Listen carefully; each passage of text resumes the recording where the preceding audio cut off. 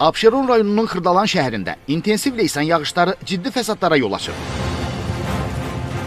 Bir sıra ərazilərdə su basma halları qeydə alınıb, nəticədə onlarla ailə çətin vəziyyətlə üz-üzə qalıb. Xırdalan şəhərinin Nizami küçəsində acınacaqlı vəziyyət hökm sürür. Hazırda mən durduğum ərazidən təqribən 200 metr aralıda olan yaşayış binasının bütün sakinləri məhz bu səbəbdən təxliyə olunub. Bu ərazidə olan insanlar isə müvəqqəti olaraq kiraya çıxarılıb, hətta evlərini tərk ediblər. Həqiqətən də vəziyyət olduqca acınacaqlıdır. Məlumata görə 60-dan çox ailənin yaşadığı çox mənzilli binanın sakinləri təhlükəsizlik məqsədi ilə ərazidən təxliyə edilib. Eyni zamanda yaxınlıqda yerləşən 100-dən artıq fərdi yaşayış evinin həyətləri və zirzəmiləri kanalizasiya suları ilə dolub. Bəzi ərazilərdə suyun səviyyəsi 1 metrə qədər yüksəlib. Bir qism vətəndaş məcbur qalaraq kirayə mənzillərə köçüblər. Hələ belə bir şey görməmişdik.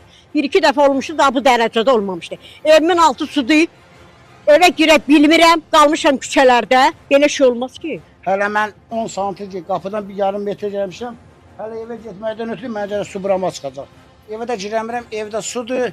Bütün əşyalarım yenə deyirəm ki, üstünə düşdü. Xahiş eləyirəm, bizə kömək olunsun, yardım olunsun. Həmin yağış yağandan belədir vəziyyət. Ayın 28-i yağan günündən bura indi kimi belədir. Məsələ ilə bağlı Abşeron rayon icra hakimiyyətindən Xəzər xəbərə bildirilib ki, hadisənin nəticələrinin aradan qaldırılması istiqamətində tədbirlər həyata keçirilir. Qeyd olunub ki, icra hakimiyyəti nəzdində Fövqəladə Hallar Komissiyası tərəfindən xüsusi qərargah yaradılıb və vəziyyət nəzarətə götürülüb.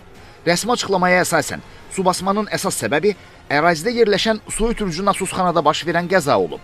Hazırda nasosxanada təmir bərpa işləri aparılır.